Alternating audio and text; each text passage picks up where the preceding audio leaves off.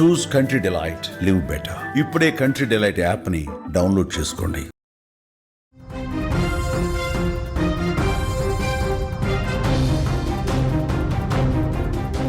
హైదరాబాద్లో ఘోర ప్రమాదం చోటు చేసుకుంది. అభం శుభం తెలియని ఇద్దరు దంపతులను బస్సు ఢీకొనడంతో అక్కడికక్కడ మరణించినటువంటి సంఘటన ఒక్కసారిగా నగరంలో విషాదాన్ని మిగిల్చింది. న్యూ ఇయర్ వేడుకల కోసం తన కూతురు ఇంటికి వచ్చారు ఈ యొక్క దంపతులు. మలక్పేట్లో ఈ యొక్క ప్రమాదం చోటు చేసుకుంది. కూతురుతో ఈ యొక్క న్యూ ఇయర్ వేడుకలు జరుపుకోవాలి, కొత్త సంవత్సరాన్ని కూతురుతో ఈ యొక్క ఆ వేడుకలను జరుపుకొని ఆనందంగా నగరాన్ని చూసేసి మరలా తమ ఇంటికి వెళ్దాం అనుకున్నటువంటి ఆ దంపతులకు హైదరాబాద్ నగరంలో జరిగినటువంటి ప్రమాదం వారి ప్రాణాలను తీసేసింది. ఊరు నుంచి హైదరాబాద్కు వచ్చారు. కూతుర్ని చూడాలన్నటువంటి ఆతృత, ఆమెతో కలిసి కొత్త ఏడాదికి స్వాగతం పలకాలన్నటువంటి వారి సంతోషం పూర్తిగా ఇప్పుడు విషాదంగా మారింది. ఎన్నో ఆశలతో, ఎన్నో కలలతో వారు హైదరాబాద్ చేరుకున్నారు. రాత్రి పడుతుంది, నగరం అంతా సందడిగా మారింది. ఎలాగో వచ్చాం కదా, ఒకసారి సిటీ అంతా కూడా తిరిగి ఆ లైట్ల వెలుగులను చూసి వద్దామనుకొని వారిద్దరూ బయలుదేరారు దంపతులు. ట్యాంక్ బండ్ వైపు వెళ్ళారు. ఆ ట్యాంక్ బండ్ ఆ రాత్రి వేళల్లో ట్యాంక్ బండ్ వైపు ఉన్నటువంటి ఆ లైట్ల వెలుతురు కానీ, అక్కడ ఉన్నటువంటి ఆ రమణీయత కానీ, ఆ యొక్క ప్రాంతాన్ని చూడ్డానికి బయలుదేరారు. కూతురు వద్దని వారించినా కూడా అలా చూసొస్తాం, మళ్ళీ మళ్ళీ రామ్ కదా. వీరు సూర్యాపేటలో ఉంటారు ఈ దంపతులు. హైదరాబాద్కు రేర్గా అప్పుడప్పుడు వస్తుంటారు. సో ఇప్పుడు న్యూ ఇయర్ వేడుకలకు సందర్భంగా కూతురు దగ్గరికి వచ్చినటువంటి దంపతులు అలా సరదాగా కాసేపు సిటీ బయటకు వెళ్ళి ట్యాంక్ బండ్ దగ్గరికి వెళ్ళి కాలక్షేపం చేసి వద్దామనుకున్నటువంటి వీరు ఆ బైక్ మీద బయలుదేరారు.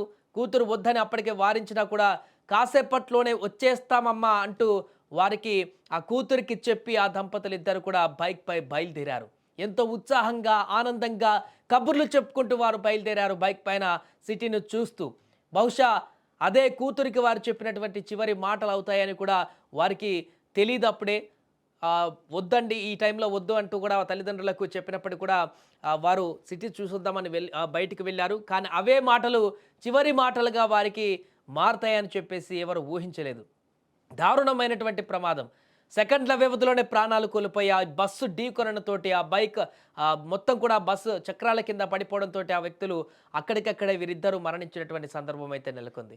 ఏదేమైనా కూడా హైదరాబాద్లో చోటు చేసుకున్నటువంటి దారుణ ఘటన ప్రస్తుతం వైరల్గా మారింది. ఆ యొక్క దృశ్యాలు సీసీ కెమెరాలో నిక్షిప్తమైనటువంటి ఆ దృశ్యాలు ఇప్పుడు సోషల్ మీడియాలో వైరల్ అవుతున్నాయి.